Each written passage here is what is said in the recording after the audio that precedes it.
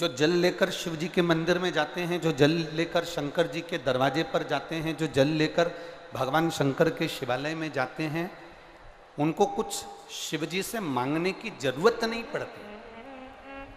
जैसे सुदामा चावल लेकर गए तो भगवान कृष्ण से मांगने की जरूरत नहीं पड़ी, और भगवान कृष्ण ने वो तंदुल मुंह में लेते ही सुदामा को बहुत कुछ दे दिया। उसी तरह जब जल लेकर आप शिव के दरवाजे पर जाएं तो कुछ मांगने की जरूरत नहीं पड़ती। जब आप जल देवाधिदेव महादेव को समर्पित करते हो तो महादेव खुद आपका भंडार भर देते हैं, स्वयं दे देते हैं।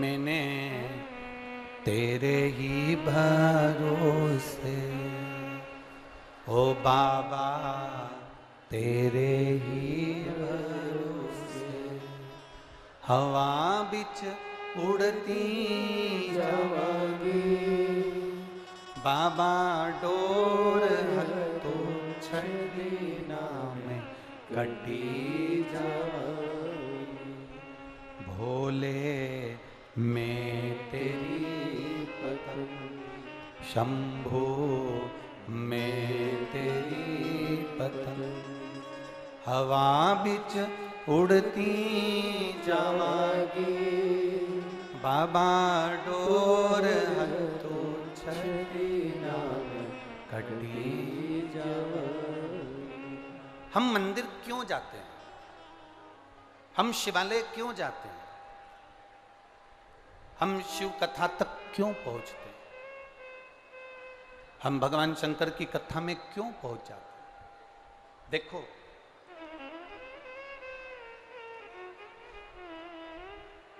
दान करने के लिए, दान करने के लिए दान पेटी होती है। बोलो सही है कि गलत है? अरे बोलो, जम के बोलो जरा, सही है ना? दान करने के लिए दान पेटी होती है, कपड़ा रखने के लिए कपड़ा पेटी होती है, पत्र रखने के लिए पत्र पेटी होती है, धन रखने के लिए धन की पेटी होती है, तिजोरी होती है, अलमारी होती है। पर हमारा पाप रखने के लिए कोई पेटी बनी है क्या? नहीं बनी। धन रखने की पेटी होगी, वस्त्र रखने की पेटी होगी, कपड़ा रखने की पेटी होगी, दान रखने की पेटी होगी, पर पाप रखने की कोई पेटी नहीं होती। पर शिव महापुराण की कथा कहती है पाप रखने की एक पेटी है। जब हम कथा में पहुंचते हैं, जब हम सत्संग में पहुंचते हैं, जब हम कहीं मंदिर में पहुंचते हैं, तो हमारा जो पाप है वो मंदिर में ही, सत्संग में ही, भजन में ही, कथा में ही छूट जाता है, और हमारे भीतर पुण्य प्रकट होकर हम अपने घर की ओर चले जाते। पुण्य प्रकट हो। आप जहां बैठे हुए हो, आप आए हो भगवान की भक्ति को धारण करने के लिए, आप आए हो भगवान का भजन करने के लिए, यहां से क्या लेकर जा रहे हैं? कोई आपसे कहे कि कहाँ गई थी, तो आप कह सकते हो कि जी जैसे अपने छिंदवाड़ा में रोड के किनारे किनारे बहुत सारे ब्यूटी पार्लर बने हुए हैं, उस ब्यूटी पार्लर में, छिंदवाड़ा के कई कॉलोनियों में कई रोड पर ब्यूटी पार्लर बने हुए हैं, उन ब्यूटी पार्लर में ऊपर का श्रृंगार होता है, जिससे उस श्रृंगार को देखकर उसका पति रीझ जाता है। तो हम किसी को ये भी कह सकते हैं, कोई पूछे तुमसे कहाँ गई थी, तो तुम ये भले भूल जाना कि मैं कथा में गई थी, पर इतना जरूर कह देना कि मैं ब्यूटी पार्लर गई थी, मैं ब्यूटी पार्लर गई थी। उस ब्यूटी पार्लर में ऊपर का श्रृंगार होता है जिससे पति रीझ जाता है, और इस ब्यूटी पार्लर में आत्मा का श्रृंगार होता है, बाबा रीझ जाता है, परमात्मा रीझ जाता है। ये आत्मा को शुद्ध करने का एक पार्लर है। ये आत्मा की शुद्धता के लिए एक पार्लर है। ये आत्मा की सुंदरता के लिए एक पार्लर है। तो जैसे दान पेटी होती है, वस्त्र पेटी होती है, पत्र पेटी होती है, धन पेटी होती है, कथा, मंदिर, देवालय हमारे पाप को खींच लेते हैं और पुण्य हमें प्रदान कर देते हैं। ये हमारी भी एक पुण्य की, आनंद की पेटी है, जिससे हमें पुण्य मिलता है और पाप जमा हो जाता है।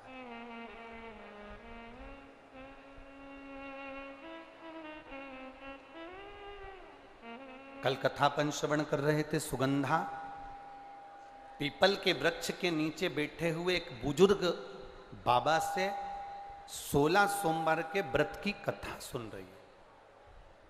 पिपलेश्वर महादेव से कथा सुन रही है। और कोई भी शिवालय, कोई भी देवालय साधारण नहीं होता। और छिंदवाड़ा की तो पवित्र भूमि ऐसी भूमि है जहां पर छोटे मोटे शिवालय नहीं, इस छिंदवाड़ा की भूमि पर हमको कोई कह रहा था कि गुरुजी,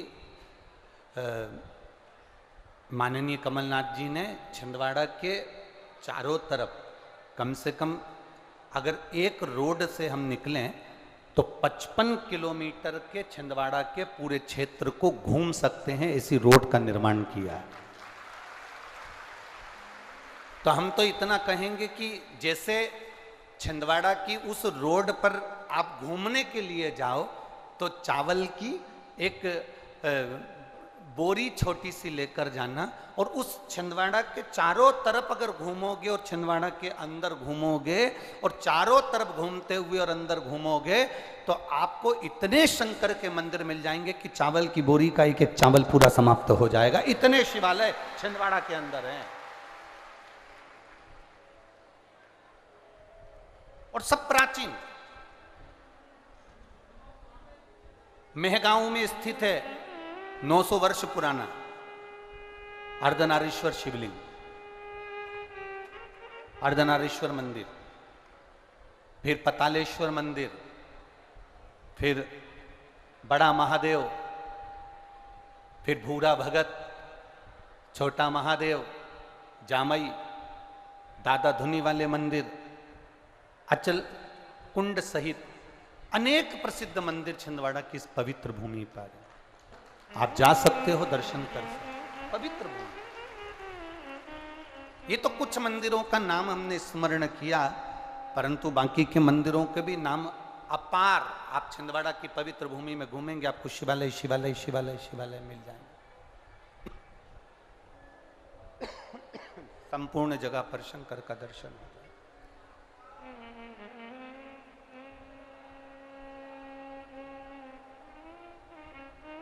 हर जगह पर शिव तत्व की प्राप्ति हो जाएगी।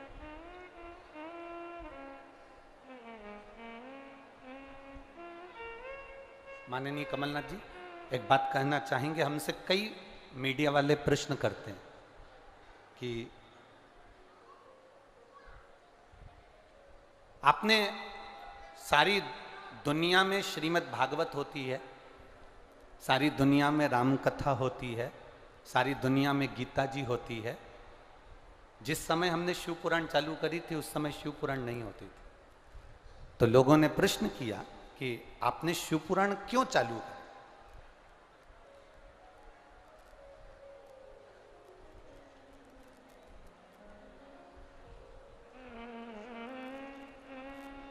हमने उनको एक ही जवाब पहले भी दिया, आज फिर इस व्यासपीठ के माध्यम से कहना चाहेंगे।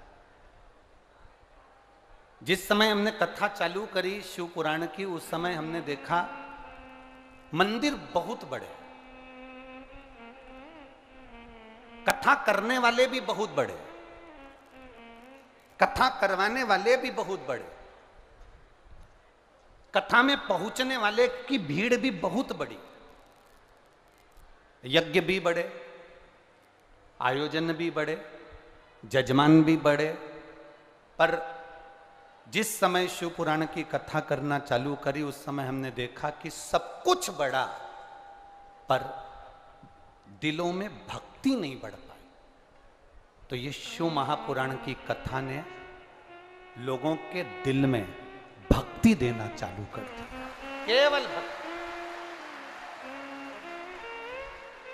ना इस कथा में कोई ढोंग है, ना इस कथा में कोई प्रपंच है, ना इस कथा में कोई दिखावा है। शिव महापुराण की कथा कहती है जैसे शंकर अड़भिज्ञ है, अड़भंग है, सहज है, सरल है, एक आनंद की राशि है। शिव एक आनंद की राशि, उसके सम्मुख में दिखावा नहीं है, अड़भंग है शंकर। और जहां दिखावा नहीं होता वहां भक्ति होती है। आज पूरा देश विदेश हर जगह पर लोग शंकर जी के मंदिर में एक लोटा जल चढ़ाने जा रहे हैं। ये दिखावा नहीं, उनके दिल की भक्ति है, इसलिए पहुंच रहे हैं। पहले आयोजन बड़े थे, पहले कथाएं बड़ी थी, कथाकार बड़े थे, मंदिर बड़े थे, कथा करवाने वाले बड़े थे, यजमान बड़े थे, सब कुछ बड़ा था, पर भक्ति नहीं बढ़ पाई थी।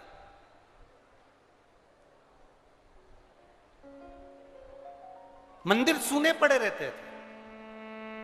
आपकी छिंदवाड़ा का कभी विचार करना, यहाँ बुजुर्ग अगर माताएं बैठी हैं और बुजुर्ग अगर भाई लोग बैठे हैं तो उनसे निवेदन करूंगा, आपके शंकर जी के मंदिर आपके मोहल्ले के उठाकर देखना। पहले कौन जाता था? सावन महीने में पहुंच गए, शिवरात्रि पर पहुंच गए, बाकी के कभी योग लग गया, मंदिर में कोई अन्नकूट हुआ तो पहुंच गए, बाकी के कोई नहीं। आज प्रत्येक सोमवार को और प्रत्येक दिन शंकर जी का कोई छोटा से छोटा ऐसा मंदिर नहीं जिसमें तुमको 2 या 4 मिनट इंतजार नहीं करना पड़ता हो शिव जी को जल चढ़ाने के। छोटे से छोटा और बड़े से बड़ा मंदिर ऐसा है जिसमें आज के व्यक्ति को इंतजार करना पड़ता है महादेव को जल चढ़ाने के लिए।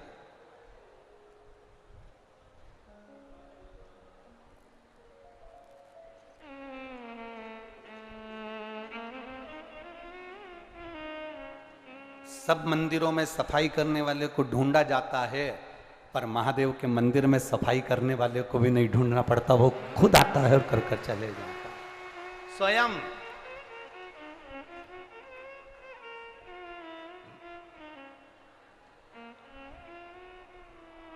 और उसी भक्ति का तो ये पुण्य है। छिंदवाड़ा में अगर ये कथा हो रही है,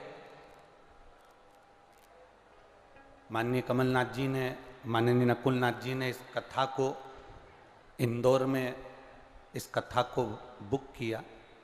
साल भर की बात हो गई, साल भर से ज़्यादा की बात हो गई लगभग। और इस कथा को इतनी सरलता से माननीय कमलनाथ जी लेने के लिए आए थे कि बस बैठकर चरणों में उन्होंने एक ही बात कही थी, गुरुजी हमारे छिंदवाड़ा में लोग अब शिव जी के मंदिर बहुत जाते हैं, हमारा केवल इतना सा निवेदन है, हमारे लिए तो नहीं, छिंदवाड़ा वालों के लिए आप ये कथा दो। एक सरल का भाव, एक सहजता का विषय। हमसे यहां पर भी पत्रकारों ने पूछा ये कथा राजनीति की है? हमने कहा कहीं तुमको राजनीति नजर आ जाए इस पूरे 5 दिन में तो हमको जरूर बताना कि राजनीति की कथा। जो व्यक्ति कथा लेने के लिए इंदौर आ सकते हैं, जो व्यक्ति कथा के लिए बार बार फोन लगा सकते हैं, जो व्यक्ति कथा के रसतत्व को पाने के लिए इस छिंदवाड़ा नगर के लिए, क्षेत्रवासियों के लिए कथा ला सकते हैं, उनको राजनीति के लिए केवल ये धर्म का मंच नहीं और भी मंच प्राप्त हो सकते हैं। उनको राजनीति से कथा तत्व की ओर है और ये कथा का सुख है। ये छिंदवाड़ा वाले आज लोग जो पत्र लिख रहे हैं, एक बहन ने पत्र, ये पत्र हम तो इतने पढ़े नहीं है, एक बहन ने पत्र लिखा, हमारे छिंदवाड़ा के इतिहास की पहली कथा है जिसमें लोग बरसते पानी में भी कीचड़ भी नहीं देख रहे और पड़े हुए हैं। ये पहली कथा है छिंदवाड़ा के इतिहास।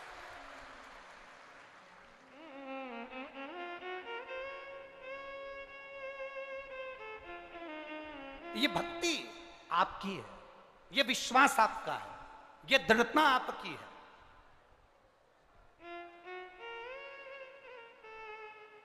और आप अगर भरोसे के साथ अगर कथा सुन रहे हो ना जीजियों, और मेरे जितने जीजा बैठे हैं उनसे भी निवेदन करूंगा, जितने विश्वास के साथ, जितनी भक्ति के साथ, जितने भरोसे के साथ आप शिव महापुराण की कथा सुन रहे हो, आपके भरोसे को, आपके विश्वास को एक बात याद रखना, संसार के लोगों पर भरोसा करोगे तो वो टूट सकता है, पर मेरे महादेव पर भरोसा करोगे तो टूटेगा नहीं, वो नहीं टूट सकता, वो अविरल है,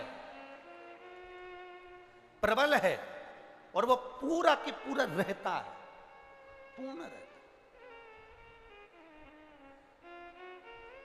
पूर्ण रूप से। कई लोग आपसे कहेंगे कि मंदिर मत जाओ, कई लोग आपसे कहेंगे कि सत्संग में मत जाओ, कई लोग आपसे कहेंगे कि क्या होता है शंकर जी को जल चढ़ाने से, कई लोग आपसे कहेंगे क्या होता है भगवान को बेलपत्र चढ़ाने से। तो ऐसे अगर कुछ लोग तुमको जिंदगी में मिल भी जाएं, बुरे लोग अगर बुरी संगति के मिल भी जाएं, तो तुम उस जगह पर इतना याद रखना कि बुरी संगति वालों के साथ हमें रमना नहीं है, उनके साथ रहना नहीं है, वो केवल उनके बीच में जाने के बाद वापस लौट कर आ जाना। कबड्डी किस किस ने खेली है? हाथ उठाओ जरा, जिनने कबड्डी खेली है, चलो रख लो। कबड्डी में क्या होता है, बीच में एक पाली होती है और इधर से एक लाइन बनी होती है और इधर से एक व्यक्ति उधर को जाता है, बोला जाता है कि नहीं जाता। इस वाले व्यक्ति का काम क्या है, उधर की पाली को छू के, अरे बोलो बोलो जम के बोलो जरा, वापस आ जाना, वहां रुक मत जाना, पकड़ाई में मत आ जाना। वहां अगर तू ठहर गया तो फिर तू आउट हो गया। उसी तरह कोई मदिरा पीने वाला है, मांसाहार करने वाला है, वेश्यावृत्ति करने वाला है, जुआ खेलने वाला है, गलत काम करने वाला है, झूठ प्रपंच करने वाला है, अगर तुम उसकी पाली में चले भी गए हो तो तू करके छू के वापिस जाओ, पर उसमें रुक मत जाना।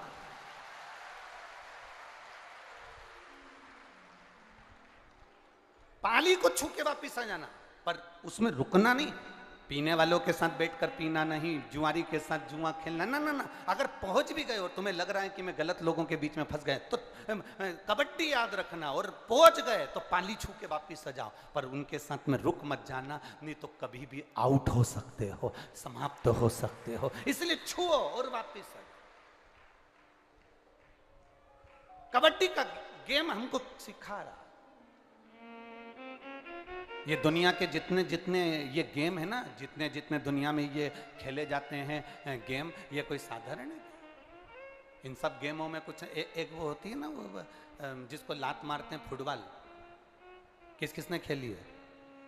खेली है आप लोगों ने? वो उसको रखते हैं और दे लात दे लात दे लात दे लात, और वो इधर जाए उधर जाए उधर जाए। एक शिष्य ने गुरुजी से पूछा, इस गेंद ने क्या बिगाड़ा, इस फुटबॉल ने क्या बिगाड़ा जो इसको लोग लात मार रहे हैं? गुरुजी ने कहा, बस इस फुटबॉल की एक गलती है, ये अंदर से खाली है। अगर ये अंदर से भरी होती तो किसी के बाप में दम नहीं होती कि लात मार दे।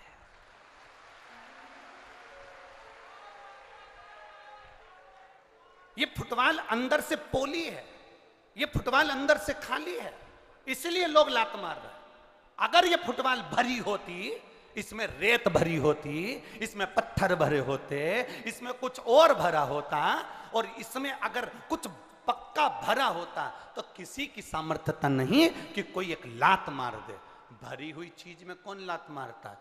खाली है, इसलिए लात मारी जा रही है। याद रखना, जब तक ये मन, जब तक ये चित्त, जब तक ये बुद्धि, जब तक ये हृदय खाली रहता है, दुनिया के लोग तुम्हें लात मारते रहेंगे, तुम्हें रुलाते रहेंगे। जिस दिन इसमें शिव भर गया, उस दिन कोई नहीं रुला सकता। जिस दिन इसमें शंकर बैठ गए, जिस दिन इसमें देवादिदेव महादेव विराजमान हो गए, जिस दिन इसमें राम नाम, कृष्ण नाम, शिव नाम अंदर भरा गया, जिस दिन इसमें शिव महापुराण की कथा इस खाली मन के अंदर भरा गई, फिर किसी की सामर्थ्यता नहीं कि कोई आपके मन से, कोई आपके दिल से खेल ले। जिसका दिल परमात्मा की भक्ति से भरा रहता है, उस पे कोई लात नहीं मार सकता, क्योंकि वो भरा हुआ है, मन भरा हुआ है, चित्त भरा हुआ है, उसे कौन लात मारे? कौन लात मारे?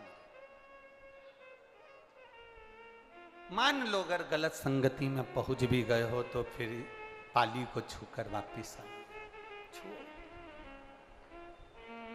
यहां कथा के पंडाल के अंदर जगह बिल्कुल नहीं है, रत्ती भर भी,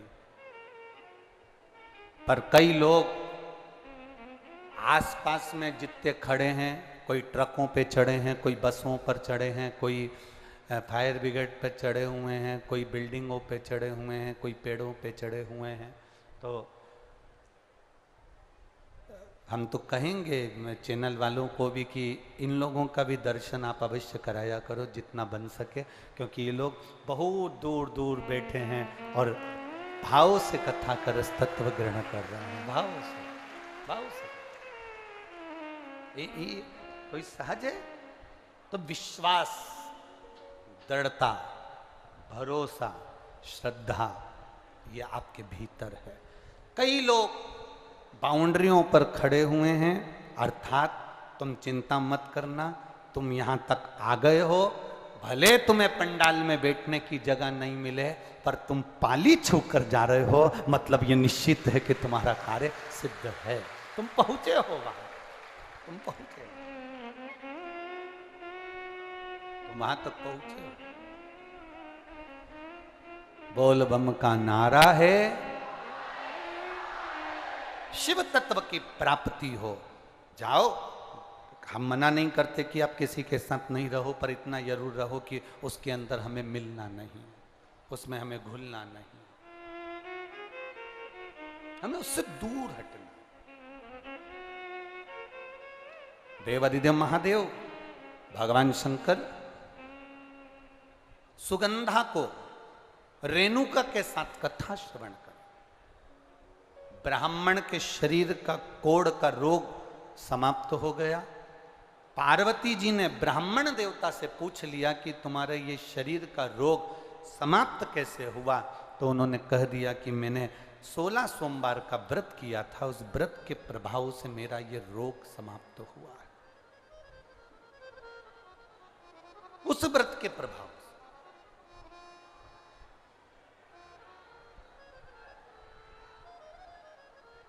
और व्रत का प्रभाव कब होता है? थोड़ा सावधानी से सुनना इस बात के लिए, आज कथा का विराम दिवस है, आपको बाबा से लगन लगाना है और शिव को अपना बनाकर आपको शिव के होना है। दिल से कथा सुनो, बड़े भाव से। व्रत का प्रभाव कब पड़ता है? व्रत का फल कब मिलता है? व्रत का प्रभाव कब पड़ेगा? जिस भगवान का हमने व्रत किया है, जिस भगवान का हमने उपास किया है, हम हर 2 मिनट में, 1 मिनट में, 1 क्षण में हम उस परमात्मा को याद करते रहें जिसका व्रत है। 21,600 श्वास मनुष्य के शरीर से प्रतिदिन निकलती है। कितनी श्वास? 21,600 श्वास मनुष्य के शरीर से प्रतिदिन निकलती है।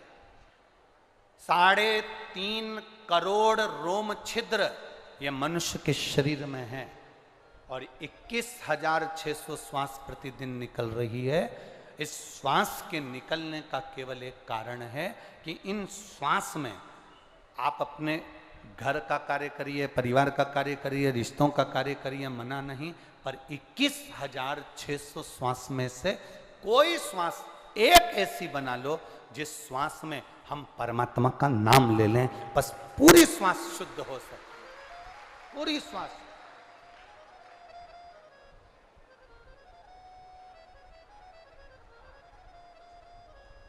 एक व्यक्ति ने प्रश्न किया था,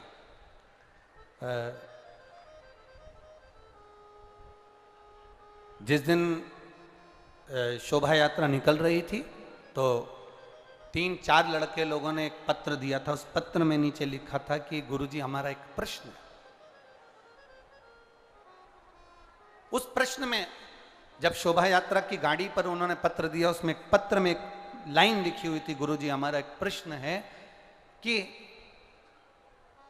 24 घंटे में हम, आप कहते हो कि 1 मिनट भी अगर भगवान का भजन कर लिया तो बहुत है, तो क्या 1 मिनट भजन करने पर 24 घंटे का पुण्य प्राप्त हो जाता है क्या?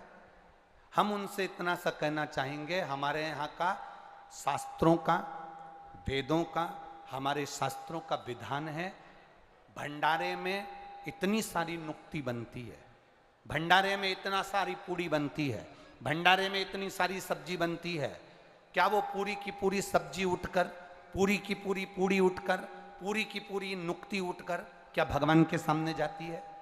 जम के बोलो जरा, नहीं जाती।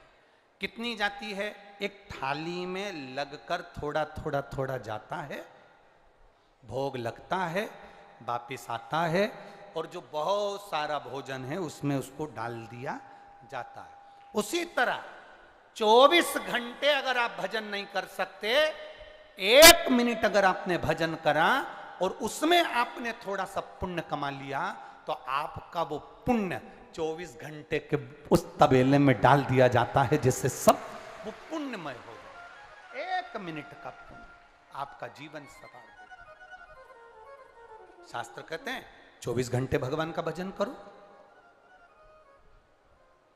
कोई करता है क्या? अरे बोलो तो जम के, कौन करे? तो शास्त्रों ने किया 24 घंटे भगवान का भजन नहीं कर सकते तो कम से कम 12 घंटे करो। 12 घंटे अगर भगवान का भजन नहीं कर सकते तो कम से कम 6 घंटे भगवान का भजन जरूर करो। 6 घंटे नहीं कर सकते तो कम से कम तुम 3 घंटे भगवान का भजन, बोलो बोलो जम के बोलो, करो। 3 घंटा नहीं कर पाओ तो कम से कम 1.5 घंटा भगवान का भजन, बोलो जम के बोलो जरा, करो। 1.5 घंटा अगर भगवान का भजन नहीं कर पाओ तो आधा घंटा भगवान का भजन करो। आधा घंटा नहीं कर पाओ तो 15 मिनट करो। 15 मिनट नहीं कर सकते तो कम से कम 5 मिनट भगवान का भजन करो। 5 मिनट नहीं कर सकते तो कम से कम 2 मिनट भगवान का भजन करो। 2 मिनट नहीं कर सकते तो कम से कम 1 मिनट भगवान का भजन करो। और 1 मिनट भी अगर भजन नहीं कर सकते तो चुल्लू भर पानी में डूब मरो।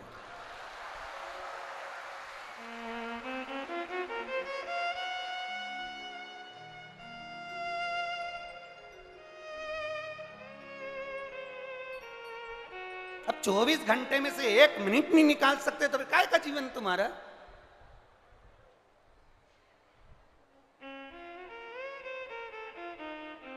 बेकार जीवन। कोई ने पूछा कहां गई थी? कथा सुनने गई थी। सुनी? हाउ? क्या क्या सुन के आई? सुनी थी, इधर से सुनी। फिर घर पे क्या लेके आई? कुछ नहीं। जब जा रही थी तो भंडारा चल रहा था ना, उसमें कई थी, 2 पूड़ी,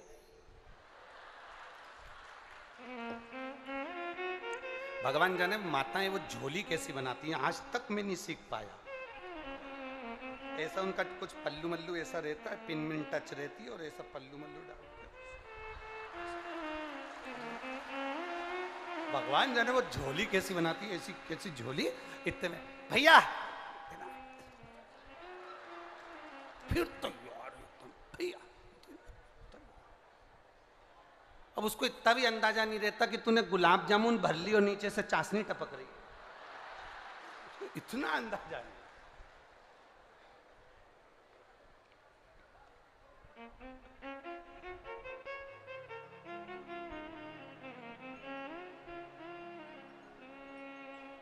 कमलनाथ जी को बहुत बहुत साधुवाद। आपको दुनिया में हम लोग कथा करते हैं, भंडारे चलते हैं, पर इतने तरह का पकवान पहला भंडारा है जहां पर रोज नया नया पकवान बना है भक्तों के लिए। बहुत बहुत साधुवाद। ये शिव तत्व है, इसी को कहे शंकर का तत्व। अब वो भर लिए उसमें, देव देव जरा देव, अब उसमें रख लिए भर के। तो गई कथा में थी, क्या लेके आई, अभी दे रही हूं निकाल के, और मालूम पड़े पूड़ी और नुक्ती और गुलाब जामुन। कथा लाई क्या, सब छोड़। अरे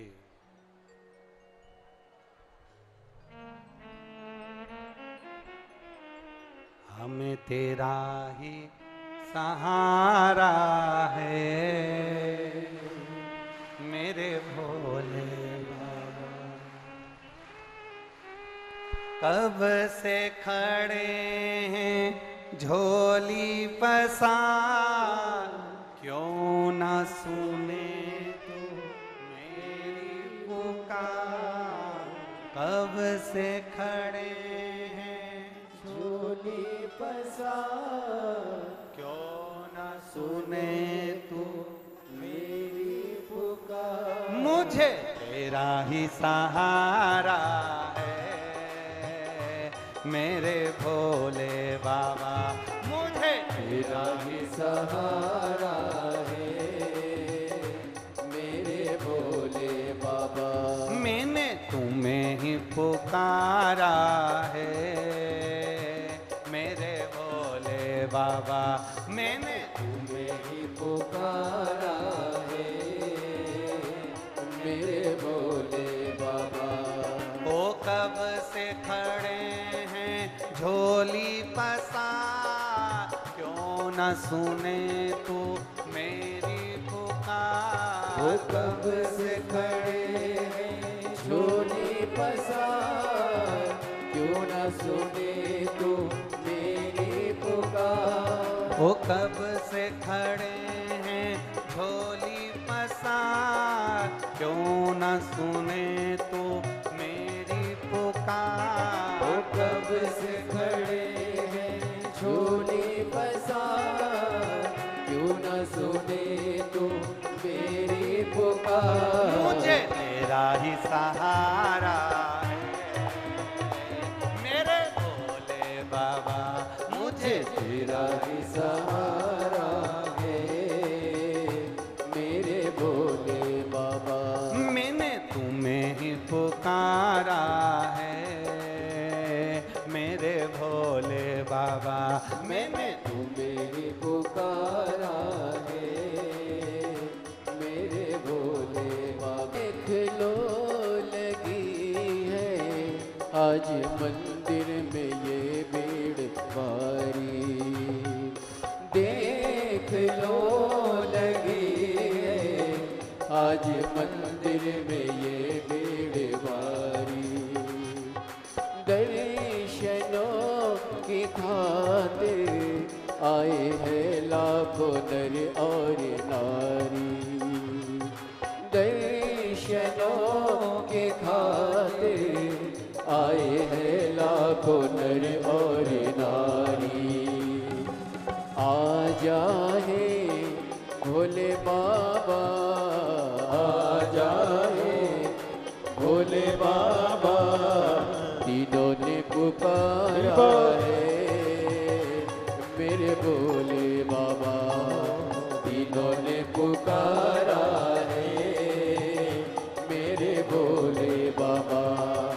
कब से खड़े हैं झोली पसार, क्यों न सुने तू मेरी पुकार। कब से खड़े हैं झोली पसार, क्यों न सुने तू मेरी पुकार। तेरा ही सहारा है मेरे भोले बाबा। तेरा ही सहारा है मेरे भोले बाबा।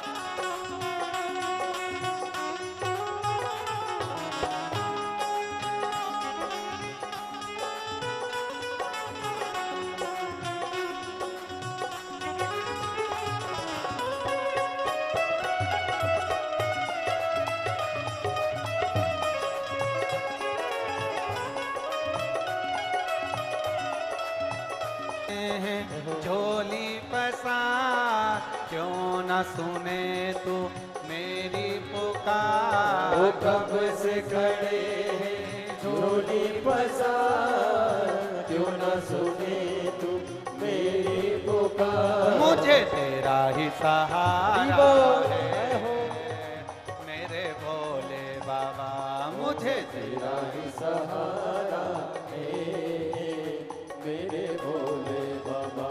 मुझे तेरा ही सहारा है मेरे भोले बाबा, मुझे तेरा ही सहारा है मेरे भोले बाबा।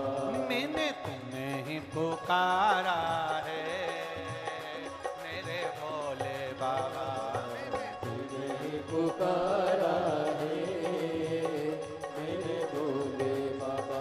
मैंने तुम्हें ही पुकारा है मेरे भोले बाबा, मैंने तुम्हें ही पुकारा है मेरे भोले बाबा। हार हार महादेव है। अपने स्थान पर बैठकर भगवान देवाधिदेव महादेव से बड़े भाव से, हृदय से अपने हृदय की बात बाबा देवाधिदेव महादेव से कहिए। दिल से प्रार्थना करिए, दिल से कहिए, भाव के साथ में बाबा से विनय करिए, निवेदन करिए। आज कथा का विराम दिवस भी है। आप जितने भाव से बाबा को कह सकते हो कि बाबा मेरे दुख को काटना, आपकी कृपा देना, आपके भक्ति का विश्वास दीजिए, निवेदन करिए। श्री शिवाय नमस्तुभ्यं, श्री शिवाय नमस्तुभ्यं, श्री शिवाय नमस्तुभ्यं, श्री शिवाय नमस्तुभ्यं, श्री शिवाय नमस्तुभ्यं। भोला सब दुख काटो मारा, ओ भोला सब दुख काटो मारा। शिव शंकर जपूं तेरी माला, भोले बाबा जपूं तेरी माला, भोला सब दुख काटो मारा। ओ भोला सब दुख काटो मारा। वेश है मंगल मंगलकारी, वेश है मंगल मंगलकारी। शमशान वासी हमारा, शमशान वासी हमारा।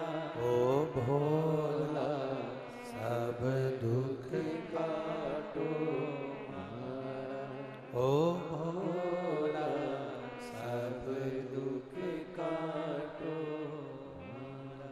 शिव कथा कह रही है, सुगंधा को शिव जी कहते हैं। पार्वती जी ने उस ब्राह्मण को देखा जिसका शरीर का रोग समाप्त हो गया। रोग देने वाले ने रोग दिया है तो मिटाने वाला भी वही है। एक बीमारी होती है सोराइसिस की, एक पत्र आया है देखिए। सोराइसिस की बीमारी एक ऐसी बीमारी होती है कि वो अंतिम समय तक नहीं जाती है। शरीर में से फुकड़ियाँ निकलती रहती है, शरीर में से फुकड़ियाँ निकलती हैं और खुजाल चलती रहती है और पूरा शरीर खाल निकलती रहती है। एक पत्र आया देखिए।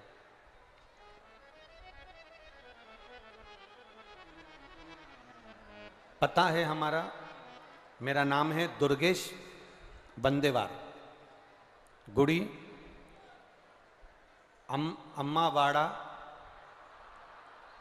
अम्मावाड़ा जिला छिंदवाड़ा। पति दिनेश बंदेवार। कहीं बैठे हों तो हाथ हिला सकते हैं, जहाँ कहीं भी बैठे हों अपना हाथ हिला सकते हैं। दुर्गेश बंदेवार, दिनेश बंदेवार, गुणी अम्बावाड़ा जिला छिंदवाड़ा। 10 साल से सोरायसिस की बीमारी थी गुरुदेव, जिसका मैंने बहुत इलाज करवाया, पर मुझे आराम नहीं लगा। आराम नहीं लगने के कारण मैं बहुत परेशान हो गई। फिर मेरी बहन ने मुझे बताया कि दीदी, टीवी पर शिव महापुराण की कथा आती है, देखा कर। गुरुजी, मैंने शिव महापुराण की कथा देखना चालू किया। फिर जो बाबा के लिए आप कहते हो कि जल चढ़ाकर पीना, वह कर्म चालू करा। बेलपत्री खाना प्रारंभ करा और कथा सुनती रही। सीहोर गई, वहाँ से रुद्राक्ष लाई और रुद्राक्ष लेके उसको तांबे के पात्र में गला देती, उस पानी को शिवजी पे चढ़ा देती, वही पी लेती। बाबा की कृपा से गुरुदेव, जो 10 साल से मेरी सोरायसिस की बीमारी नहीं गई थी, बाबा की कृपा से मेरी सोरायसिस की बीमारी बिल्कुल ठीक हो गई है। मैं बाबा को यहाँ नमन करने के लिए आया। ये शिव तत्व है, औघड़ी है। आए हैं? आए हो तो हाथ हिला दीजिए। आप ही हैं? हाँ, दोनों हाथ हिला दो एक बार। श्री शिवाय नमस्ते। शिव तत्व इसी को कहते हैं बाबा देवादिदेव महादेव की कृपा, इसी को कहते हैं। तेरी कृपा बिना न हिले एक भी अणु, लेते हैं श्वास तेरी कृपा से तनु तनु। एक पत्र और बड़ा सुंदर है, देखिए। मेरा नाम लीला साहू है। मैं वार्ड क्रमांक 48 परतला छिंदवाड़ा की रहने वाली हूँ। कहीं बैठी हो तो हाथ हिला सकती हैं। मेरा नाम लीला साहू है। मैं वार्ड नंबर 48 परतला छिंदवाड़ा की रहने वाली हूँ। मेरा मोबाइल नंबर ये है। मेरे पति हरिशंकर साहू को 6 नवंबर 2022 को ब्रेन में खून के थप्पे जम गए। खून निकलता रहा, अंदर की अंदर जमता रहा। गुरुदेव, उनकी याददाश्त चली गई। जब याददाश्त गई तब हमको मालूम पड़ा कि कुछ प्रॉब्लम हुई है, इनको कुछ याद नहीं रह रहा। उनको दिखाया डॉक्टर को, नागपुर ले गए। नागपुर के आयुष्मान हॉस्पिटल में उनको भर्ती किया। आईसीयू में उनको लेकर गए। हमने पूछा इनको हुआ क्या है। सारे चेकअप करने के बाद मालूम पड़ा कि उनके ब्रेन में खून निकलना प्रारंभ हुआ और वो खून जमना था, पर वो खून लगातार ब्रेन में फैलता रहा। डॉक्टर कह रहे थे समझ में नहीं आएगा, क्या हो सकता है। अंतिम सांस की हो रही है। इलाज चालू हुआ। शिव जी का पास में मंदिर था, उस पर भरोसा कर कर एक बेलपत्री लाकर उनको दे दी और उनके शरीर में शिव जी पर चढ़ा हुआ जल देना चालू करा। कुछ समय के बाद डॉक्टर ने खुद कह दिया कि जो ब्रेन में खून जम रहा था वो अपने आप निकलना प्रारंभ हो गया और आपका पति अब ठीक है। ये शिव की कृपा है, उदार है। कहीं बैठी हो तो हाथ हिला सकती हैं। हर हर, ये शिव की उदारता। खाली न जाता कोई दर से तुम्हारे, खाली न जाता कोई दर से तुम्हारे, मैं भी खड़ी हूँ नंदी बाहें पसारे, अपने हृदय से लगा लो लगा लो। गिरा जा रहा हूँ, उठा लो उठा, भोले अपने दर से अब तो ना टालो। गिरा जा रहा हूँ, उठा लो शिव जी ने कहा, शंकर जी के मंदिर में बैठी हुई उस ब्राह्मण देवता ने, पुजारी देवता ने, पंडित जी ने कहा, मेरे शरीर का रोग देवादिदेव महादेव के व्रत रखने से पूर्ण हुआ। व्रत की पूर्णता क्या है? व्रत का फल क्या है? व्रत का सुख क्या है? व्रत का आनंद क्या है? हम जिनका व्रत कर रहे हैं उनका स्मरण हमारी चित्त वृत्ति में होना चाहिए।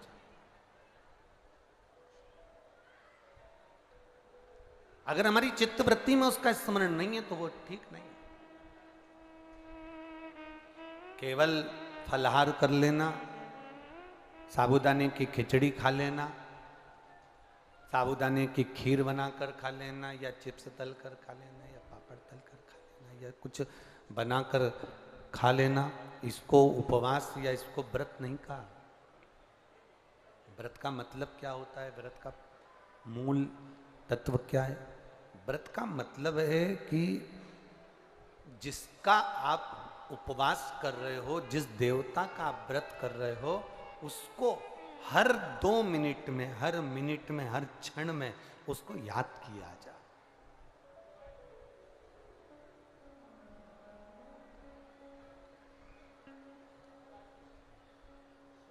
हरतालिका तीज का व्रत करती हो माताएं? कौन कौन करता है? जरा हाथ उठाओ। करते हो? रखो।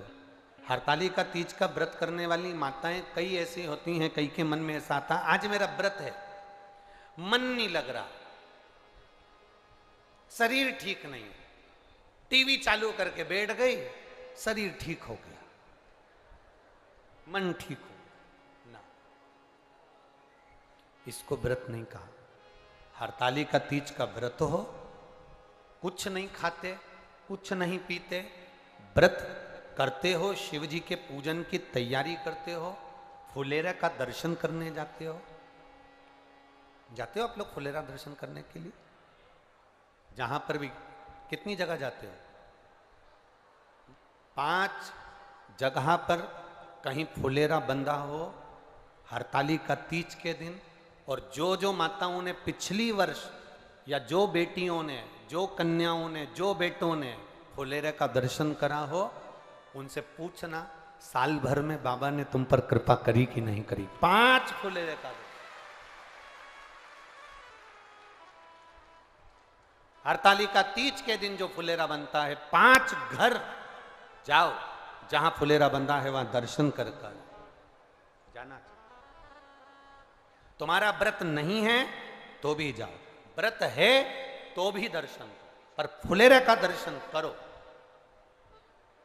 जिन जिन के यहां फुलेरा बनता है, आपका व्रत नहीं है, आपके पति से कहो जरा गाड़ी उठाओ, मेरे को फुलेरा का दर्शन करना चाहना। अगर पास में है तो पति से कहो चलो रात का समय, क्योंकि फुलेरा की पूजन रात को, तो चलो हमारे साथ में जरा पैदल पैदल। मोहल्ले की 4 माताएं, 5 माताएं, 5 बेटियां, 10 बेटे इकट्ठे होकर फुलेरा का दर्शन करने चले। हरतालिका तीज का उस फुलेरा का दर्शन जीव का कल्याण करने वाला है।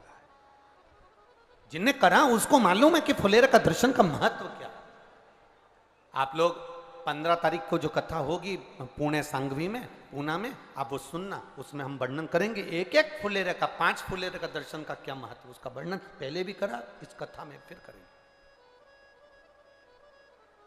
कह दिया कि मेरा रोग समाप्त हुआ। पार्वती जी ने ब्राह्मण के मुख से सुना, शिव जी के पास जाकर कहती हैं, भोलेनाथ जी से प्रार्थना करती हैं, बाबा गणेश जी का विवाह कर दिया। गणेश जी को प्रथम गिनती में गिना गया, गणेश जी को प्रथम आराधना में लिया गया। तो सदानंद कार्तिकेय जी रुष्ट होकर श्रीशैलम पर जाकर बैठ गए। श्रीशैलम पर सदानंद कार्तिकेय जी जाकर बैठ गए। और सदानंद कार्तिकेय जी जब श्रीशैलम पर जाकर बैठे, उनको राजी कैसे करा? पार्वती जी ने कहा, मैंने ब्राह्मण का कोड़ी का रोग ठीक हो गया तो मैं उस ब्राह्मण से पूछ कर आई हूं उस व्रत का महत्व। मैं अपने बेटे के लिए, मैं अपने पुत्र के लिए, मैं अपने पुत्र के लिए, अपने बेटे के लिए वो व्रत करूंगी। पार्वती जी ने 16 सोमवार का व्रत स्वयं माता पार्वती जी ने षडानंद कार्तिकेय के लिए करा। कार्तिकेय प्रसन्न होकर अपनी माता की गोद में बैठे। तब कार्तिकेय जी ने पूछा, मां मुझे इतना क्रोध आया, इतनी मेरी चिड़चिड़ प्रवृत्ति रही, इतनी तकलीफों में मैं घिरा रहा, तूने मुझे प्रसन्न कैसे करा? मां कहती है, मैंने 16 सोमवार का व्रत किया था, उस व्रत का प्रबलता है। कार्तिकेय जी ने कहा, मेरा एक मित्र है ब्राह्मण, बहुत साधारण सा है, उसके पास कुछ नहीं है, वो मित्र मुझसे रूठ कर चले गया है, कोई दूसरे गांव चला गया है, उसको मुझे बुलाना है, उसको मुझे मिलना है। षडानंद कार्तिकेय ने भी 16 सोमवार का व्रत किया, मित्र को प्राप्त कर। मित्र मिल भी गया, प्राप्त हो गया। हमने एक बात आपको 16 सोमवार के व्रत की वर्णन करी थी।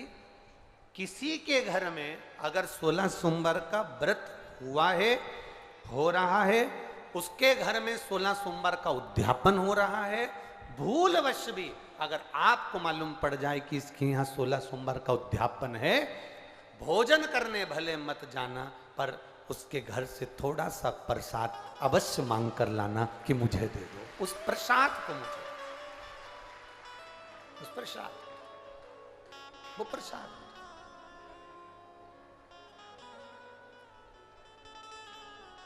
वो प्रसाद मुझे दिया जाए, थोड़ा सा दे दो। और केवल एक अंजलि में नहीं, भले वो इतना सा प्रसाद दे, पर अंजलि दोनों होना चाहिए। भैया थोड़ा सा इस प्रसाद का भाव दीजिए, थोड़ा सा सुख मिलेगा, इस प्रसाद का भाव दीजिए। शंभु शरणे बड़ी मांगू घड़ी रे दुख काटो, दया करी ने दर्शन। उस व्रत का मूल आनंद हमें प्राप्त। जितने बेटे बेटियां कंपटीशन एग्जाम की तैयारी कर रहे हैं, जितने बेटा बेटियां नौकरी की तैयारी कर रहे हैं, मैं उनसे कहूंगा, आप मेहनत करो, खूब करो, दिल से करो, अच्छी करो, दम से करो, मेहनत में कमी मत आना। उसके साथ बहुत बहुत ध्यान देना, किस्मत, किस्मत मौका देती है। किस्मत, जम के बोलो, मौका देती है, और हमारी मेहनत चौका लगा देती है।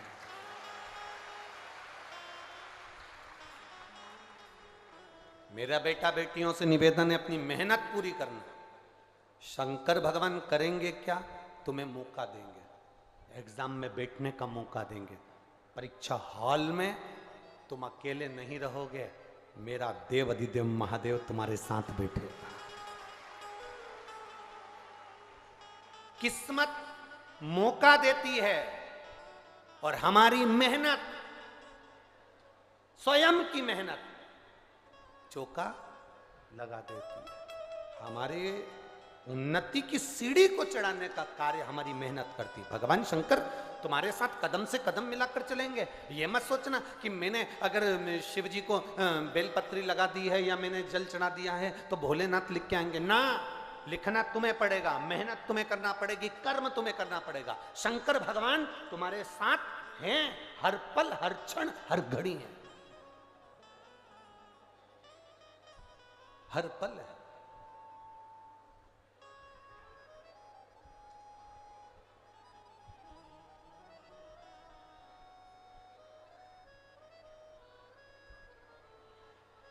यहाँ पे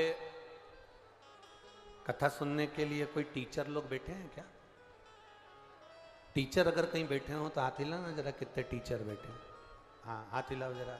हैं सब? चाहे प्राइवेट स्कूल के हो चाहे सरकारी के हो, टीचर तो है ना? ठीक है। आप लोग बच्चों को पढ़ाते हैं, बच्चे विद्याध्ययन करते हैं, आप मेहनत करते हो, बच्चे को पढ़ाते हो, बच्चा भी मेहनत करता है, तब बच्चा परीक्षा के समय पर आपका चेहरा देखता है।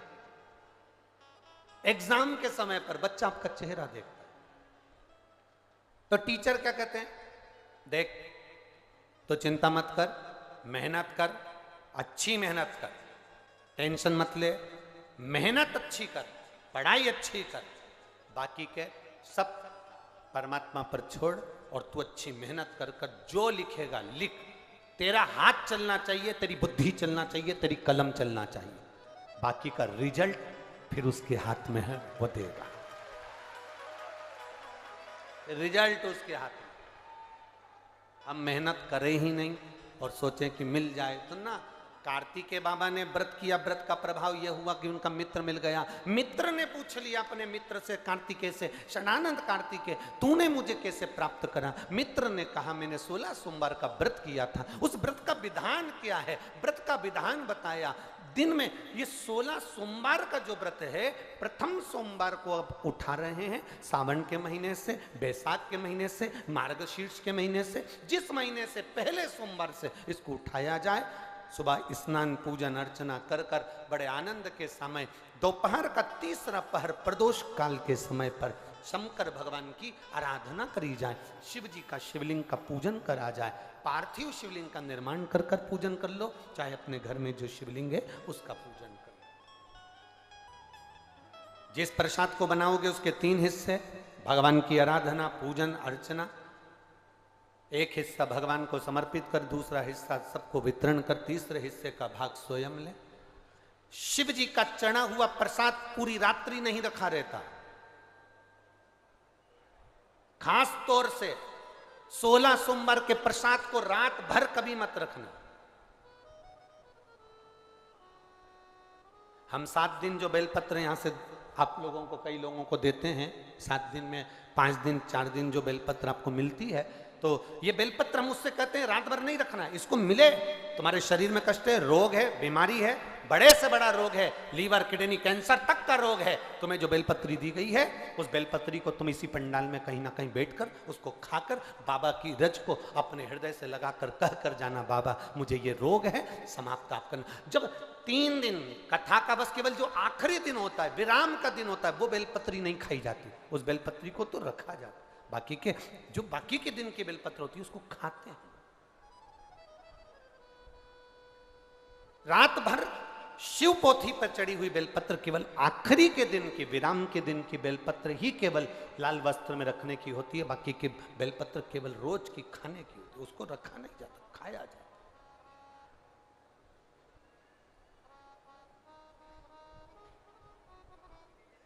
उसको प्राप्त किया। जैसे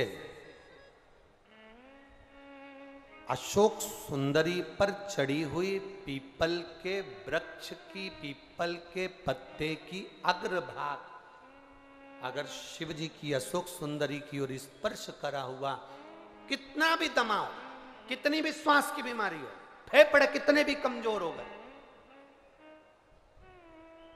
उस पीपल के पत्ते का अग्रभाग हमारे उस श्वास को ठीक करती, दमा को ठीक करती। अशोक सुंदरी था इसमें।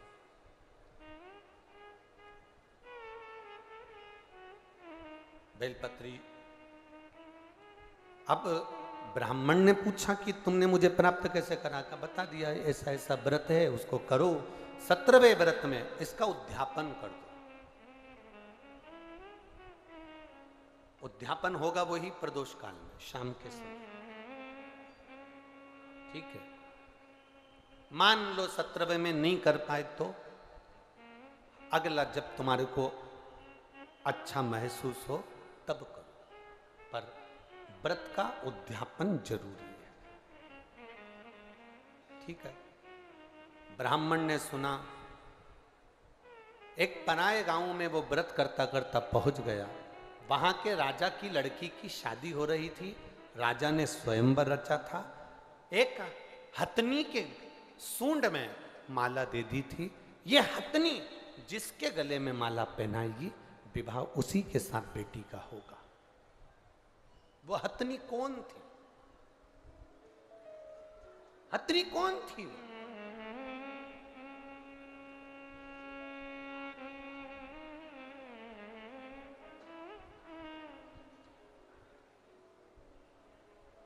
अगर नरसिंह पुराण को आप पढ़ेंगे तो नरसिंह पुराण में लिखा हुआ है, राजा के नगर में हथनी के सूंड में माला दी गई, ये माला जिसके गले में पहनाएगी उसी के साथ मेरी बेटी का विवाह होगा। वो हथनी कौन थी? ऐसे संकल्प पहले के राजा लेते थे। वो संकल्प क्यों लेते थे? जनक जी ने संकल्प लिया, जो इस धनुष को उठाएगा चढ़ाएगा उसी के साथ बेटी ब्याहूंगा। तो जनक जी को क्या पड़ी जो उन्होंने ये संकल्प लिया? संकल्प व्यक्ति कब लेता है? जब उसको कुछ अच्छा नजर आता। क्या जनक जी ने देखा था? जनक जी ने देखा था कि जनक जी की बेटी माता जानकी जी 4 साल की थी और जनक जी ने अपने गुप्तचरों से, अपने द्वारपालों से कहा था कि आज मैं धनुष का पूजन करने के लिए आऊंगा, धनुष का पूजन करने आऊंगा। धनुष के नीचे गाय का गोबर लाकर लिपा जाए और चौक पूरा जाए, पूजन करी जाए। 10,000 द्वारपाल धनुष को उठाने में लग गए पर धनुष नहीं उठा। आसपास से उनने लीप दिया, पूजन की तैयारी कर दी। इतने में जानकी जी ने आकर देखा, 4 साल की जानकी जी आकर देखती हैं, पूछती हैं द्वारपालों से, काका जी आपने धनुष के नीचे तो लीपा ही नहीं, पिताजी कितने नाराज होंगे। आपने धनुष के नीचे नहीं लीपा, पिताजी नाराज होंगे। हमसे धनुष उठा नहीं। 4 साल की सीता जी ने कहा आपसे धनुष नहीं उठा, लाओ मैं लीप देती हूं। 4 साल की जानकी जी उल्टे हाथ से धनुष उठाई, हाथ में गोबर लेकर जानकी जी ने लीप दिया, धनुष को रख दिया। जनक जी पूजन करने के लिए आए। जनक जी पूजन करने के लिए आए और जनक जी ने पूजन करते समय देखा कि धनुष के नीचे का भाग पहली बार लिपा हुआ है। जनक जी ने पूछा, यह भाग लिपा कैसे? ये किसने लीप दिया? तो द्वारपालों ने कहा, ये सीता जी ने, जानकी जी ने लीपा। 4 साल की जानकी जी, 4 वर्ष की जानकी, और धनुष उठा लिया। हाँ, बुलाओ सीता जी को। जानकी जी को बुलाया गया और जानकी जी को बुलाकर पूछा गया, बोलो जानकी ये धनुष कैसे उड़ गया? सीता जी ने अपने उल्टे हाथ से धनुष उठाकर सीधे हाथ से लीप कर बता दिया। जैसे लीप कर बताया, जनक जी ने संकल्प ले लिया, मेरी बेटी का विवाह मैं उसके साथ करूंगा जो सीधे हाथ से धनुष उठाएगा, चढ़ाएगा, तोड़ देगा, बेटी उसी के साथ ब्याह दूंगा। जैसे जनक जी ने संकल्प लिया था, वैसे ही शिव महापुराण की कथा कर रही है। एक राजा ने संकल्प लिया कि हथनी जिसके गले में माला पहनाएगी, बेटी का विवाह उसके साथ करूंगा। ये हथनी है कौन? नरसिंह पुराण कहती है, ये कौन हथनी? कहा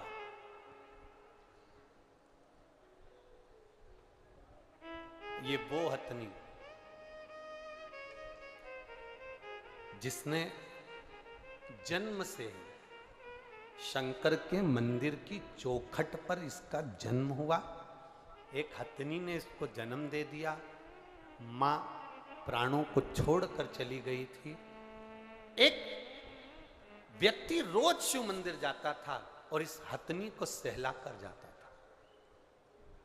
हथनी धीरे धीरे बड़ी होती गई, शिव की आराधना में यह हथनी भी डूब गई। कहते हैं हजारों हजार ऋषिवर की बुद्धि में जितना बल था, उस हथनी में उतना बल सोचने का और समझने का था कि किसका भाग्य क्या कहेगा, वो हथनी समझ जाती थी। राजा ने उसी हथनी के गले में माला पहनाने के लिए दी कि ये माला तुम अपने सूंड में रखकर जिसको पहनाओगी उसी के साथ बेटी का विवाह होगा। हथनी ने राजा की लड़की को देखा था कि इसका भाग्य क्या कहता है। ब्राह्मण के गले में, जो मित्र थे कार्तिकेय जी के, उनके गले में माला पहना दी गई। माला पहनाई, विवाह पक्का हो गया। राजकुमारी का विवाह उस ब्राह्मण के साथ हो गया। ब्राह्मण साधारण नहीं दिया, माला पहनने के बाद उसको एक नगर का राजपाट प्राप्त हो गया, जिस नगर का राजा उसको देकर चले गए। शिव क्या करते हैं? कई लोग कहते हैं शंकर भगवान करते क्या? शिव जी करते क्या? हम कहते हैं शंकर भगवान का केवल एक ही काम है, जो लिखा विधाता ने तुम्हारी किस्मत में, जो दुख विधाता ने लिखा, शिव जी का एक काम है, तुम जब शंकर भगवान के शिवलिंग पर जल चढ़ाते हो तो शिवलिंग पर जो चंदन लगा रहता है वो जल चढ़ाने से धुल जाता है। जब तुम शिवजी पे जल चढ़ाते हो तो चंदन धुलता है, श्रृंगार धुलता है। उसी तरह शंकर जी पे जल चढ़ाते समय वो जल तुम्हारे भी दुख को धो देता है,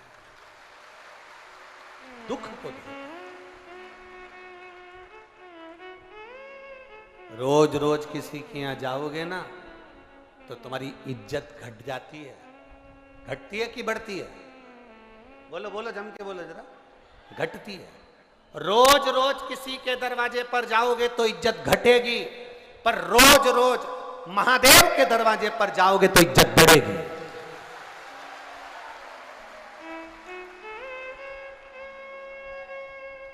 किसी के दरवाजे पर जाने से इज्जत घटती है, पर महादेव के दरवाजे पर जाने से इज्जत बढ़ती है, बढ़ती है इज्जत। अभी तक तुम जाके देखना, तुम ऐसी रोड पर घूमते रहो, रोज शंकर जी के मंदिर जाना चालू कर दो तो पहले तो लोग कहेंगे आओ आवारा है नंबर 1 का, बेकार है तो छोरा, बहुत अवल्ला है ये तो, बहुत बेकार है ये तो। छोरे को बेचारे को जो देखो वो एक ही बात के, तो अवल्ला है, ये तो ऐसा है, ये तो वैसा है। और वही छोरा जब रोज शंकर जी के मंदिर जाए और शंकर जी का श्रृंगार करे, शिव जी पे जल चढ़ाए, त्रिपुंड लगा के जब मंदिर से आए तो धीरे धीरे लोगों का कहने का तरीका बदल जाएगा। भैया ये तो रोज मंदिर जाता है, शंकर जी का भगत है, नंबर 1 का भगत। भगत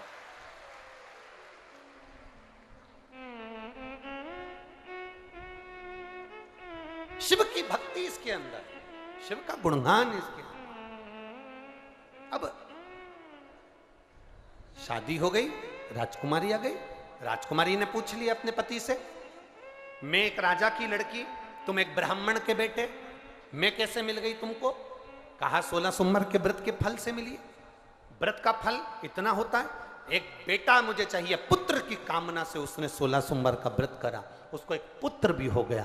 पुत्र होने के बाद पुत्र धीरे धीरे बड़ा भी हो गया। बड़ा होने के बाद पुत्र ने एक दिन पूछ लिया, माँ मैं राजघराने में जन्म ले लिया, ऐसा मैंने कौन सा पुण्य करा था?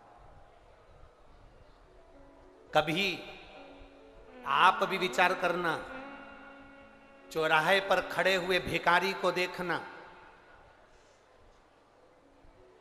किसी भिखारी को देखना, किसी बीमार व्यक्ति को देखना, किसी बहुत ज्यादा कष्टप्रद व्यक्ति को देखना, और उसको देखकर अपने आप को तुम जरूर देखना, और देखकर महादेव से प्रार्थना करना, बाबा तूने बड़ी कृपा करी, मुझे चौराहे का भिखारी नहीं बनाया, मुझे कुछ अच्छा बनाया। तूने बहुत अच्छी कृपा करी, अच्छे घर में मुझे जन्म दिया। तूने बहुत अच्छी कृपा करी जो मुझे इस भारत की भूमि पर जन्म दिया। तूने बहुत अच्छी कृपा करी जो तूने मुझे मध्य प्रदेश में जन्म दिया। तूने बहुत अच्छी कृपा करी जो तूने मुझे छिंदवाड़ा में जन्म दिया। तूने बहुत अच्छी कृपा करी जो मुझे पूरा शरीर दिया, पांव, हाथ, आंख, मुख सब दिया, सारे डिपार्टमेंट 2-2 दिए। पांव बोलते जाओ तो हाथ, नयन, श्रवण, तो जिह्वा। भगवान को भी मालूम था एक ही गजब कर जाएगी, पूरे छिंदवाड़ा में आग लगा जाएगी। एक ही बोल, जीवान 2 नहीं दिया, जीवान 1, और उसको भी नीचे से बांध दिया। जीवान को कभी दर्पण में, कांच में देखना, नीचे से बंधी है 3 जगह से, और देखा ये बहुत ज्यादा बोलेगी तो इसके आसपास 32 सैनिक लगा दिए, 32 दांत, ज्यादा बोले तो काट दे। इन्होंने देखा सैनिक से भी काम नहीं चलेगा तो ये जिभान के लिए फाटक लगा दिए, होठ, ज्यादा बोले तो मुंह बंद रखो। पर ये जीवान इतनी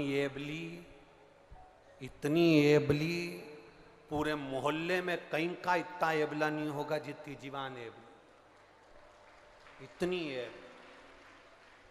एक दिन इस जीवान ने दांतों से कहा, तुम मेरे 32 भाई हो, 32 भाई तुम मेरा ध्यान रखना। जीवान ने दांतों से कहा, 32 भाई मेरा ध्यान रखना, तुम मुझे काट मत देना। 32 भाइयों ने कहा, बेन तेरी सौगंध खाते हम तुझे नहीं काटेंगे, पर तू हमारा ध्यान रखना, किसी से आड़ी टेढ़ी मत कह देना, नहीं तो 32 एक बार में निपट जाएगा, एक बार। हम ध्यान रखें पर तू भी हमारा ध्यान, बड़ी मुश्किल से।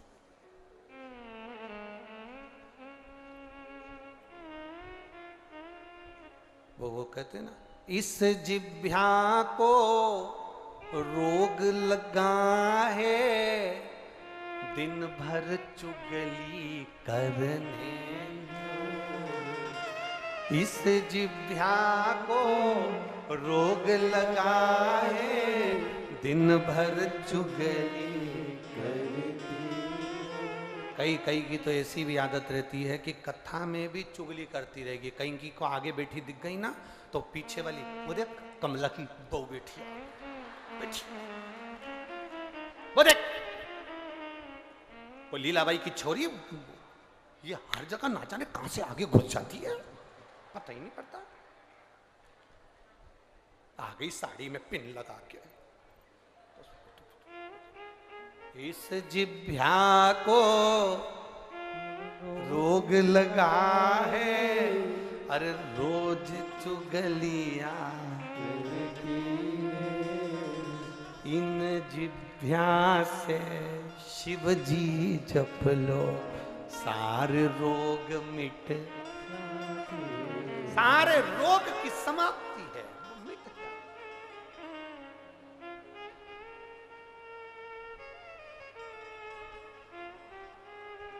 सब मिट।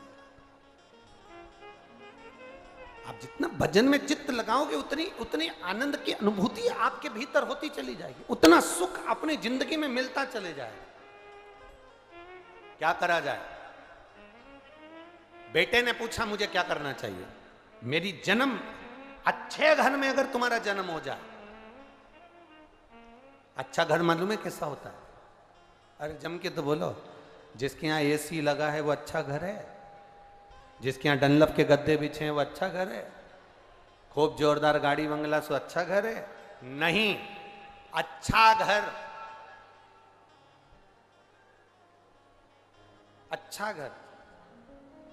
तो हमने एक बार पहले कथा में कही थी,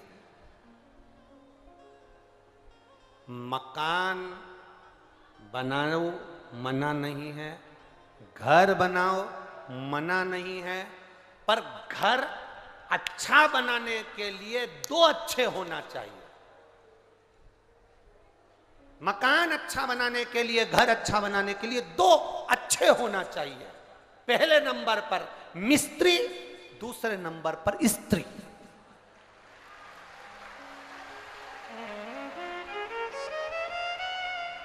अगर ये दो अच्छे हैं तो तुम्हारा घर अच्छा है। मिस्त्री थोड़ी सी भी मिस्टेक कर देगा तो बाथरूम में पानी भरा की भरा ही रहेगा, झाड़ू लगा लगा के निकालना पड़ेगा, वाइपर से निकालना पड़ेगा। मिस्त्री गड़बड़ होगा तो दीवार में सिड़न आ जाएगी, मिस्त्री गड़बड़ होगा तो खिड़की में से पानी अंदर घुस जाएगा। और अगर स्त्री थोड़ी भी अगर गड़बड़ निकली गई तो तू दुकान छोड़ के घर कभी नहीं आएगा, ये निश्चित है। घर अच्छा बनाने के लिए दो जरूरी है, एक मिस्त्री और दूसरी स्त्री। स्त्री अच्छी हो और मिस्त्री थोड़ा बहुत गड़बड़ भी होगा तो चल जाएगा। मकान अपना है पर ये जगदम्बा अच्छी होना चाहिए, नहीं तो दिन भर चंद्र घंटा बंद कर दो। ये ठीक जरूर, नहीं तो रोज सुबेरे से लेके शाम तक आरती गाते रहोगे, अम्बे तू है जगदम्बे जय हो छिंदवाड़ा वाली, हम सब उतारे तेरी आरती। तेरे घर के बच्चों पे भीड़ पड़ गई। क्या अब मिस्त्री और स्त्री दोनों ठीक हो, घर अच्छा, परिवार अच्छा। अच्छे घर में अगर जन्म हो जाए, अच्छा घर से मतलब ये नहीं कि फ्रिज ने, कूलर ने, वॉशिंग मशीन ये नहीं, ये ने, वो कुछ नहीं। झोपड़े में भी रहो तो बस जहां जिसके साथ रह रहे हो, परिवार में जितने लोग रह रहे हैं, सबका दिल अगर खुश है, सास भी प्रसन्न, बहू भी प्रसन्न, बेटा भी प्रसन्न, नाती पंती सब प्रसन्न है, तो झोपड़े में भी सुख है। यहाँ कई लोग बैठे होंगे जिनके घर में पहले मेहमान आते थे तो एक ही दो कमरे का तो मकान होता था, उसी में दरी बिछा के, गद्दा बिछा के और सो जाते थे। पहले तो कई कई माताएं तो ऐसी भी हैं जिनके घर में रुई के गद्दे नहीं होते थे, तो टाट का गद्दा सिल के उस पे साड़ी की खोल चढ़ा के उस पे सो जा। मेहमान एक हॉल के अंदर सारे मेहमान, जो आता था वहीं रहता, जो आता वहीं सोता। धीरे धीरे तुमने सोचा मकान छोटा पड़ता, मकान बड़ा कर लिया। जितना बड़ा मकान होते चले गया, मन छोटा होते चले गया। अब बड़ी बहू सोचती है कि हमारे मेहमान हम झेल लेंगे, छोटी बहू अपने मेहमान, सास के मेहमान सास झेले। आज के ज़माने में मकान तो बड़ा हो गया, मेहमान अगर घर में आते हैं तो बड़ी बहू अपना कमरा छोड़ के नहीं आती, छोटी अपना कमरा छोड़ के नहीं आती। बेचारी सास धीरे धीरे जाके 2 गिलास पानी लाकर पिला देती है, मेहमान को वो झेल ले। मेहमान पूछते भी हैं, बड़ी बहू नहीं दिख रही, अब उसको कौन के कौन के। कभी कभी तो पूरी पुराण की लीला भी पलट जाती, हमने देखा है कई बार। एक बार हम लोग हैदराबाद जा रहे थे,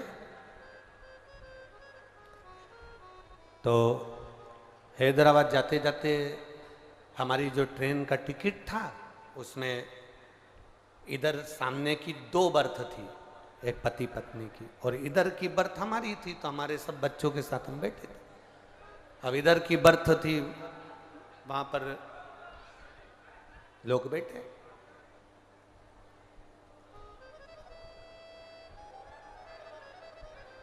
थोड़ी देर बाद वहां पर एक नागपुर से कुछ लड़के चढ़ गए, और लड़के चढ़े, और लड़के ने चढ़ते से देखा कि महाराज तो धोती पहन के बैठे हैं, तो उन्होंने पूछा आप कथा करते हो? हमने कहा आप कथा करते हो? बहुत पहले की बात है, 15-20 साल पहले। आप कथा करते हो? हाँ। लड़कियां भी थी उन लड़कों के साथ, नागपुर के बच्चे थे। थोड़ा उन्होंने कहा ठिठोली कर ले महाराज जी से। फिर कहा आप कथा करते हो? हमने कहा नहीं, कथा करने वाले के 2 सींग होते हैं।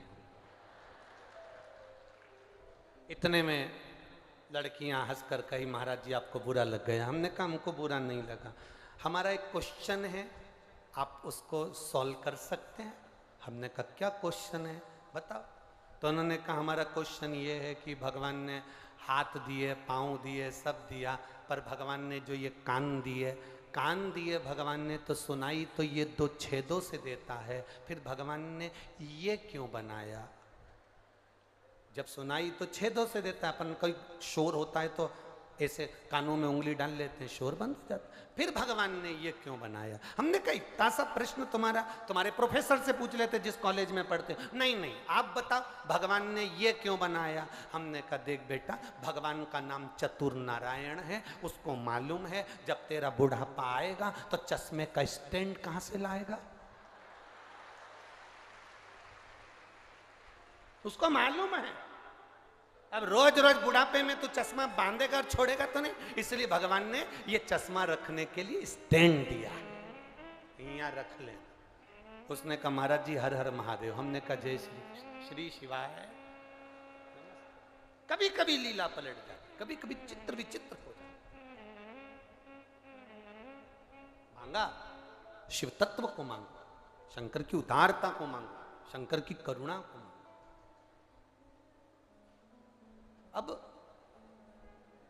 अच्छे घर में जन्म लेना का मतलब ये नहीं कि बहुत गाड़ी बंगला जमीन जायदाद सोना चांदी पीतांबर हीरा मोती सब हो। अच्छे घर में जन्म लेने से मतलब है घर में जितने सदस्य रह रहे हैं वो एक दूसरे का आदर करें, सम्मान करें और सब मिलकर कभी कभी एक साथ बैठकर भगवान का भजन करें तो समझ लो वो अच्छा घर है। वो अच्छा घर है जहां हम रह रहे हैं। ना राम नाम लीनो ओ तूने भरी जवानी में, तू डूब के मर जा रे चुल्लू भर। ये जिसके यहां भगवती स्मरण होता हो, भजन होता हो, वो घर घर आनंद।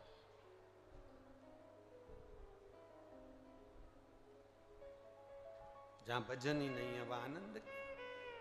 बेटे ने अपनी माता से पूछा, माँ इतने अच्छे घर में मेरा जन्म हुआ, मैंने करा क्या था? अगर अच्छा हाथ मिल जाए, नेत्र अच्छे हैं, शरीर अच्छा है, कोई बीमारी तुमको नहीं है, तुम अपने आराम से 2 रोटी कमा रहे हो और खा रहे हो, तो दुनिया के सबसे सुखी व्यक्ति तुम हो, दुनिया के सबसे प्रसन्न जीव आप हो, आनंदित जीव आप।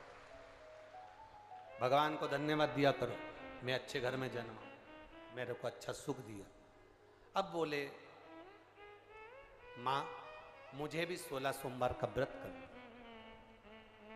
घर में जो बच्चा बच्ची होते हैं, बेटा बेटी होते हैं, वो भी कहते हैं माँ एक बार मुझे भी पशुपति व्रत करना। माँ मुझे जन्माष्टमी का व्रत करना है, पशुपति व्रत करना है, शिवरात्रि का। बच्चे भी कहते हैं हम भी करेंगे। माता पिता को चाहिए कि उस बच्चे से कहें कि करो व्रत, मना नहीं है, करो।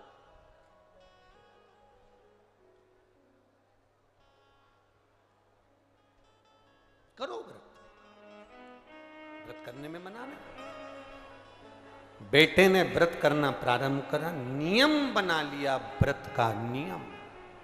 एक बार की बात है, बेटे ने जब व्रत किया, व्रत करते करते दूसरे नगर के राजा ने अपनी बेटी, इकलौती बेटी के लिए लड़का ढूंढने भेजा।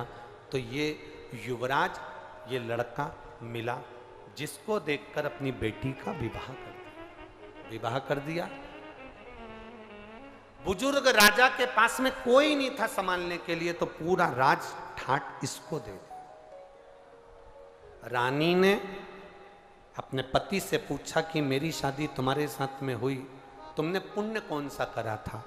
उसने कहा मैंने केवल 16 सोमवार का व्रत किया, उसके सिवाय कुछ नहीं किया। उसका पुण्य इतना प्रबल है? हाँ। इतना प्रबल? हाँ। अभी भी तुम व्रत करते हो? हाँ। 16 सोमवार? हाँ। एक बार 16 सोमवार का व्रत का कार्य था, पति ने अपनी पत्नी से कह दिया कि पूजन का सामान लाकर दे दो। शिव महापुराण की कथा यहां तक वर्णन करती है, पशुपति व्रत करो तो अपने हाथ से प्रसाद बनाओ, पशुपति व्रत करो तो अपने हाथ से थाली लगाओ। शंकर भगवान की हरतालिका तीज का व्रत करो, चाहे पशुपति व्रत करो, चाहे शिवरात्रि का व्रत करो, अपने हाथ से पूजन की थाली लगाना चाहिए, जमाना चाहिए, अपने हाथ से पूजन की थाली को तैयार करना चाहिए। दिया बाती सब अपने हाथ से, अपने हाथ। और आज हम कहने में पीछे नहीं हटेंगे, एक बात जरूर आपसे कहेंगे, अगर आप स्वीकार करेंगे तो। पशुपति व्रत करने वाली माताओं से निवेदन है, आप जो मंदिर में 6 दिए लेकर जाती हो, उस 6 दिए में जो बत्ती बनाकर ले जाती हो, वो बत्ती बाजार की बनी होने की अपेक्षा रुई से अपने हाथ से बनाकर लेकर जाना। फिर पशुपति व्रत का फल मिले कि ना मिले बताना जरूर। बाजार की बनी बनाई बत्ती, यहां तक पशुपति व्रत में हमने यहां तक कहा कि बाजार का प्रसाद नहीं, अपना बनाया हुआ प्रसाद रखो। बोला था कि नहीं बोला था? जितनी माताएं बेटी बोलो जरा जम के, बोला है ना? अपने मीठे चावल बना लो, हलवा बना लो, खीर बना लो, जो 3 हिस्से कर सको वो बना, अपने हाथ से सिद्ध कर। 6 दियों में जो बत्ती रखो वो भी अपने हाथ से बटी हुई, अपने हाथ से बनी हुई। बाजार की रखोगे, फल कितना मिल रहा है हमको नहीं मालूम, पर एक बार इस शिव महापुराण के कहने से अपने हाथ से रुई को बटकर बत्ती बनाकर 6 दिए में रखकर प्रसाद रखकर पशुपतिनाथ का व्रत जब करो, 6 दिए जमीन पर रखकर 5 दिए प्रज्वलित कर कर, 1 दिया जो बिना जला है उसको थाली में रखकर प्रसाद का एक हिस्सा वापस लेकर जब अपने दरवाजे पर दिया लगाओ, अपनी हाथ से बनी हुई बत्ती 5 मंदिर में, एक अपने दरवाजे पर जब तुम लगाओगे, उसका जो फल मिलेगा आपको सोच से परे होगा, उसका एक आनंद ही दूसरा।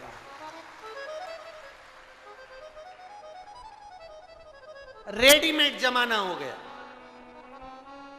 चंदन भी रेडीमेड, बाती रेडीमेड, सब सामान रेडीमेड। 2 चीजें तो अपनी करो खुद की। क्या क्या? एक पशुपतिनाथ का प्रसाद और एक पशुपतिनाथ के मन पूजन में लगने वाली बाती, ये तो अपनी करो। 2 चीजें अपनी हो, एक प्रसाद एक बाती, बाती भी अपनी हो, बाती अपनी हो। कितना सुंदर प्रसंग है। स्कंद पुराण का यह प्रसंग आपने पहले भी सुना होगा।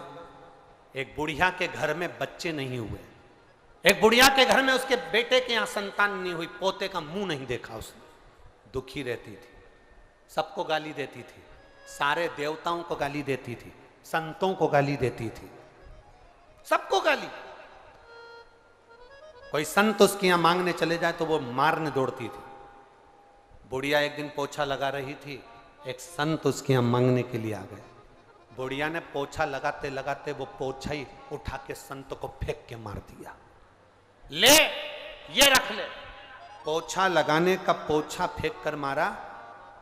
उस पोछे को संत ने उठाया, धोया, धुलवाया, धुलवा कर उस पोछे को धुलवाने के बाद उसकी जो चिंदी थी उसको मट कर दिया लगा दिया। आज मालूम नहीं था संत को कि शिवरात्रि है, मालूम नहीं पड़ पाया, उसने बस दिया लगा दिया। भगवान के आगे नहीं, बस प्रकाश करने के लिए उसने दिया लगाया था। जिस झोपड़े में रहता था वहां शिवलिंग था, वहीं पर दिया लगाकर बैठ गया। इतने में बाबा देव अधिदेव महादेव ने कहा, सुनो संत देव, जिस स्त्री ने तुमको ये पोता दिया, हमारे यहां पोछने वाले को पोता कहते हैं, जिस स्त्री ने ये पोछा ये पोता दिया, उसका दिया कपड़ा मेरे सामने प्रकाश करा है, इसलिए मैं उसके घर में पोता देता हूं। ये पोते का प्रमाण, मैं पोता दे रहा हूं उसके घर। एक पोछे का कपड़ा भी हमको फल दे जाता है। अपने हाथ से आप लोगों ने पशुपति व्रत करे हो और आपको लगता है कि मैंने व्रत करे थे मेरा काम नहीं हुआ, एक बार अपने हाथ से बाती को मट कर भगवान के सामने 5 पशुपति व्रत कर कर देखिए। रानी से कहा कि मेरा पूजन का सामान भेज देना, अपने हाथ से हरताली का तीज की पूजन की तैयारी करो, अपने हाथ से फुलेरे का स्मरण करो, अपने हाथ से पूजन का साहित्य तैयार करो, अपने हाथ। अब संतान, अब यहां उसने अपनी रानी से कहा मुझे सामान ला दो। रानी ने नौकरानी के हाथ, दासी के हाथ सामान भेज दिया पूजन का। आकाशवाणी हो गई, तेरी रानी ने शिव का अपमान कर दिया, इसको बाहर निकाल दिया गया। दर बतर ठोकर खाती रही। शिव का आप भजन करो ना करो, रानी केवल नौकरानी के हाथ, दासी के हाथ सामान भेज देती, चल जाता। रानी ने गलती कौन सी करी? रानी ने केवल एक गलती करी और रानी ने दासी से कहा, जा, मेरा पति तो दिन भर ढोंग और प्रपंच में लगा रहता है, उसमें तो अक्ल ही नहीं है, उसकी बुद्धि काम नहीं करती। क्या होता है शंकर जी की पूजन करने से? क्या होता है 16 सोमवार का व्रत करने से? आप नौकरानी के हाथ सामान भेज देते, चल जाता। आप दुकान पे से सामान भेज देते, चल जाता। पर आप मुख से शंकर की निंदा तो नहीं करते। शिव की निंदा करने वाले की गति क्या होती है, ये शास्त्र का है। रानी ने निंदा कर दी, दासी ने सामान लाया, पूजन कर दिया, पति ने, रानी तरबतर भटकती रही। ऐसी स्थिति रानी की हो गई, पानी को हाथ लगाती थी तो कीड़े हो जाते थे, किसी की यहाँ काम करती थी तो मटके फूट जाते थे। एक साधु ने देख लिया, एक ब्राह्मण ने देख लिया कि रानी की दशा बड़ी विचित्र है, पानी को हाथ लगाती है, पानी में कीड़े पड़ जाते हैं। संत ने पूछ लिया, ब्राह्मण जन ने पूछ लिया, ए बेटी तुम अच्छे घर की दिखती हो, पर तुम्हारा शरीर, तुम पानी को हाथ लगाती हो तो सरोवर में कीड़े पड़ जाते हैं, तुम कपड़े को छूती हो तो कपड़ा जल जाता है, वृक्ष के नीचे बैठती हो तो वृक्ष में आग लग जाती है, हरा भरा वृक्ष सूख जाता है, तुम आखिर ऐसा क्या है? रानी ने कहा, मैंने अपने पति ने पूजन का सामान मंगवाया था, मैंने नौकरानी के हाथ, सेविका के हाथ भेज दिया, उससे मेरी ये दशा हुई। संत ने कहा, पूजन का सामान किसी के हाथ से भी भेजा जाए, ये कभी हो ही नहीं सकता। मां अंदर रोटी बना रही है, दरवाजे पर मांगने वाला कोई खड़ा है भूखा, मां ने अपने बेटे से कहा, ले ये रोटी लेकर जा, और उसको देकर, बेटे ने रोटी दी तो मां के हिस्से में पुण्य नहीं आएगा क्या? अरे बोलो तो जम के, मां के हिस्से में पुण्य नहीं आएगा क्या? मां के हिस्से में पुण्य आएगा, क्योंकि रोटी मां ने बनाई है। मां ने कहा, बेटा जा रोटी देकर आ, मां के हिस्से में भी पुण्य है, और जिसने दिया उसके हिस्से में भी पुण्य है। तो यहां अगर तुमने नौकरानी को भेजा कि ये सामान रख के आओ, पूजन का सामान देकर आओ, तो इतने में तो तेरी ये गति नहीं होना चाहिए थी, तेरे ऊपर इतना बड़ा दोष नहीं होना चाहिए, तेरी ये गति होना ही नहीं चाहिए। तू झूठ बोल रही है कि तूने सामान भेजा तो भगवान नाराज हो गए और मेरे हाथ ऐसे हो गए, मेरा शरीर ऐसा हो गया कि बेकार, ये हो ही नहीं सकता, तू झूठ बोल रही है, तू झूठ बोल रही है, ये तेरी गति ऐसे नहीं हो सकती। तब रानी ने कहा, मैंने तो बस यही करा था, नौकरानी के हाथ भेजा था। नहीं, तू याद कर कि तूने करा क्या, तू करी क्या है वो याद कर लेगा। तब रानी ने कहा कि मैं पलंग पर बैठी थी, नौकरानी से मैंने कहा कि तू ये सामान लेकर जा। इतने में मेरा भोलेनाथ नाराज नहीं हो सकता। भोलेनाथ नाराज तब होता है, शिव की निंदा करने वाले को तो भुगतना पड़ता है। केवल तू नहीं, शंकर भगवान की निंदा करी थी देवऋषि नारद ने। देवऋषि नारद ने जाकर कहा था, भोलेनाथ आप कामदेव को नहीं जीत पाए थे, मैंने कामदेव को जीता है। शंकर भगवान की निंदा नामदेव उसने नारद ने करी, और शंकर भगवान की निंदा नारद ने करी तो शिव जी ने कहा, नारद तुमने ये बात मुझसे कह दी, पर नारायण से जाकर मत कहना कि तुम ये शब्द मत बोलना कि तुम काम को जीते। नारद जी ने जाकर भगवान विष्णु से कह दिया, नारायण जिस कामदेव को भोलेनाथ नहीं जीत पाए उस कामदेव को मैंने जीता है। शंकर भगवान जिसको नहीं जीत पाए उसको मैंने जीता है। भगवान विष्णु की आंख से आंसू बह गए। लक्ष्मी जी ने पूछा, तुम रो रहे हो, क्यों रो रहे हो? भगवान कहते हैं, नारद जी ने निंदा कर दी शंकर जी की, मैंने निंदा सुन ली शंकर जी की, इसलिए ये नारद का सिर तो जाएगा पर मेरा भी सिर कटेगा, ये निश्चित है। वही हुआ, नारद को बंदर का मुंह लगा, रामचरितमानस में लिखा है, और भगवान विष्णु ने शंकर की निंदा सुनी थी इसलिए उनका सिर कटा, तो घोड़े का मुंह लगा, हयग्रीव अवतार हुआ शंकर भगवान विष्णु।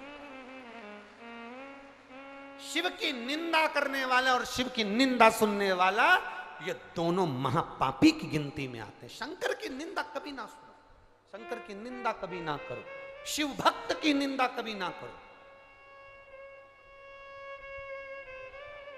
शिव भक्त की कभी निंदा नहीं होना, शंकर की निंदा नहीं। गलत कर दिया तूने, तू याद कर तूने कुछ गलती करी होगी। इतने में रानी ने कहा, मैंने गलती केवल एक करी है कि मैंने कह दिया था मेरा पति तो ये ढोंग प्रपंच में लगा रहता है, क्या होगा शंकर जी को जल चढ़ाने से, क्या मिलेगा शिव जी को जल चढ़ाने से, क्या मिलेगा 16 सोमवार व्रत करने से। मैंने थोड़ी सी निंदा कर दी थी।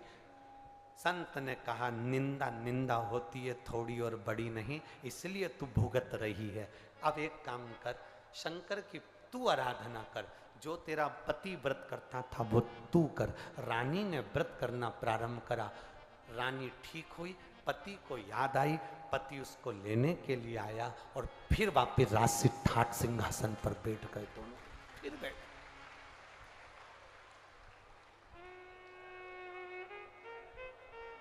इसीलिए शिव महापुराण की कथा कहती है, शंकर की कथा वर्णन करती है, अपनी किस्मत का ताला